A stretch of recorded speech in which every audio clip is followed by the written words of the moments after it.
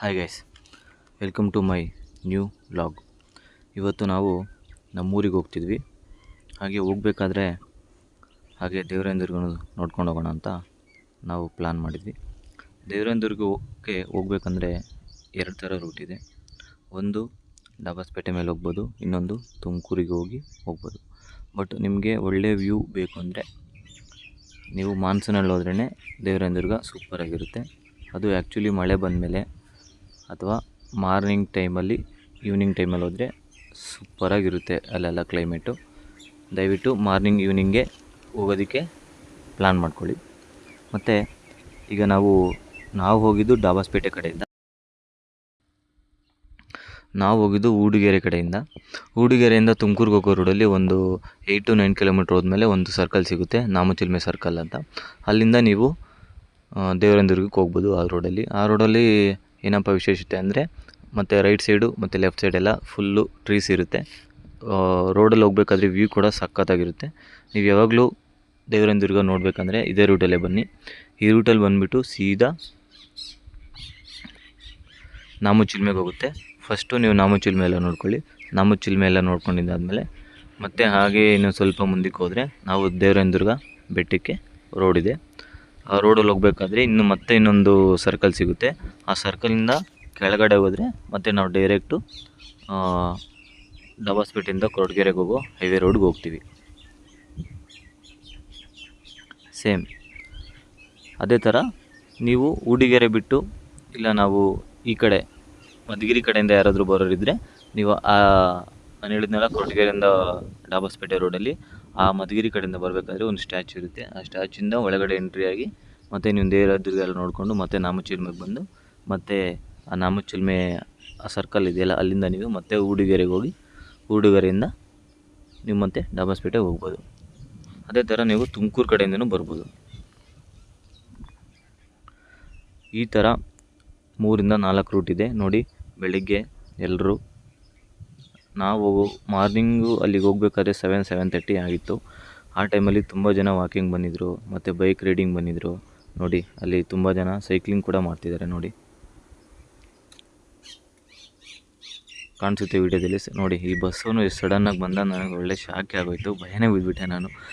ನಾನು ವೀಡಿಯೋ ಮಾಡ್ತಿರೋದು ಬೇರೆ, ಒಂದು ಕೈಯಲ್ಲಿ ಬೈಕ್ ಓಡಿಸ್ತಿದ್ದೀನಿ, ಇನ್ನೊಂದು ಕೈಯಲ್ಲಿ ಮೊಬೈಲ್ ಹಿಡ್ಕೊಂಡು ವೀಡಿಯೋ ಮಾಡ್ತಾಯಿದ್ದೀನಿ ನೋಡಿ. ಇವರೆಲ್ಲ ಜಾಗಿಂಗ್ ಎಲ್ಲ ಮಾಡ್ತಿದ್ದಾರೆ.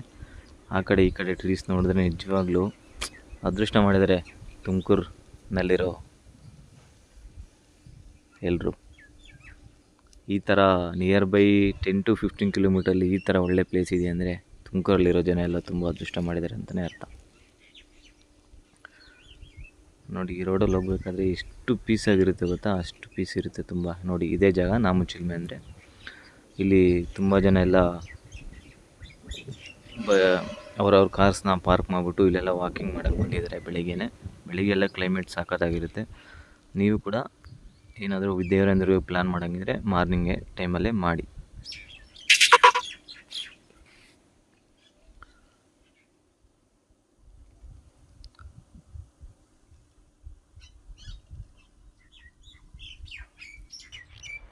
ನೀವೇನಾದರೂ ದೇವರಾಯನದುರ್ಗ ನೋಡೋದಕ್ಕೆ ಹೋಗ್ಬೇಕಂದ್ರೆ ನೀವು ಬೈಕಲ್ಲೇ ಪ್ಲ್ಯಾನ್ ಮಾಡಿ. ಬೈಕಲ್ಲಿ ಹೋದ್ರೇ ವ್ಯೂ ಚೆನ್ನಾಗಿರುತ್ತೆ.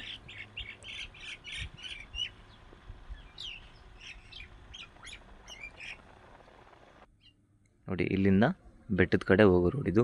ಇಲ್ಲಿ ಕೂಡ ವ್ಯೂಸ್ ಚೆನ್ನಾಗಿದೆ. ಅದು ರೋಡನ್ನ ಅಕ್ಕಪಕ್ಕದಲ್ಲಿ ಫ್ಲವರ್ಸ್ ಟ್ರೀಸ್ ಇರುತ್ತೆ, ಅದೆಲ್ಲ ಸೂಪರಾಗಿರುತ್ತೆ ವ್ಯೂ ನೋಡೋಕ್ಕೆ. ನೋಡಿ ಕೂಡ ಇಲ್ಲಿ ತುಂಬ ಜನ ಬೆಳಿಗ್ಗೆನೇ ತುಂಬ ಜನ ವಾಕಿಂಗ್ ಬರ್ತಾರೆ, ಬಟ್ ಅಷ್ಟೊಂದು ಕ್ರೌಡ್ ಇಲ್ಲ ಇವತ್ತು. ಆ್ಯಕ್ಚುಲಿ ನೀವು ದೇವರಾಯನದುರ್ಗ ಎಲ್ಲ ನೀವು ನೋಡೋಕೆ ಹೋಗ್ಬೇಕಾದ್ರೇ ವೀಕ್ ಡೇಸಲ್ಲಿ ಹೋದರೆ ಒಳ್ಳೆಯದಂತ ನನ್ನ ಅನಿಸಿಕೆ.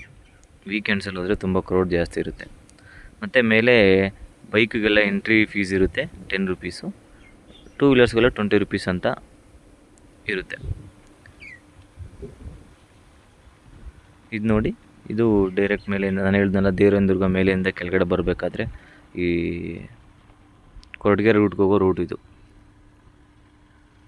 ಮತ್ತು ನೀವಿನ್ನೂ ಹಾಗೆ ಕೆಳಗಡೆ ಬಂದರೆ ಇಲ್ಲೊಂದು ಕೆರೆ ಇದೆ. ಕೆರೆ ವ್ಯೂನು ಕೂಡ ನೋಡಿಕೊಂಡು ನೀವು ಬೇಕಾದರೆ ಒಳ್ಳೆ ಫೋಟೋಶೂಟ್ ಕೂಡ ಮಾಡಿಕೊಂಡು ಹೋಗ್ಬೋದು. ಒಂದು ಡೇಗೆ ಹೇಳಿ ಮಾಡಿಸಿದಂತಹ ಜಾಗ ಇದು ದೇವರಾಯನ ದುರ್ಗ.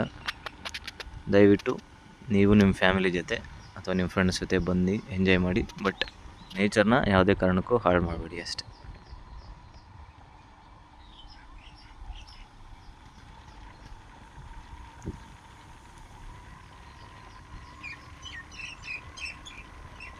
ಮತ್ತು ನಾವು ದೇವರಾಯನ ದುರ್ಗ ನಮಗೆ ಯಾವ ಥರ ಕ್ಲೋಸ್ ಅಂದರೆ, ನಾವು ಮಾನ್ಸೂನಲ್ಲಿ ಏನಿಲ್ಲ ಅಂದರೂ ಒಂದು 3 to 4 ಟೈಮ್ಸ್ ಹೋಗ್ತೀವಿ.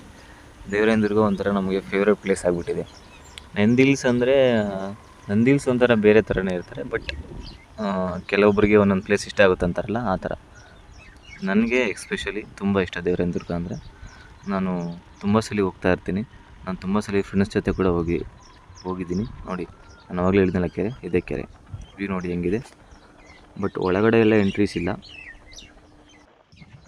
ಇಲ್ಲಿಗೆ ಇವತ್ತಿನ ವ್ಲಾಗ್ ಮುಕ್ತಾಯ. ಧನ್ಯವಾದಗಳು.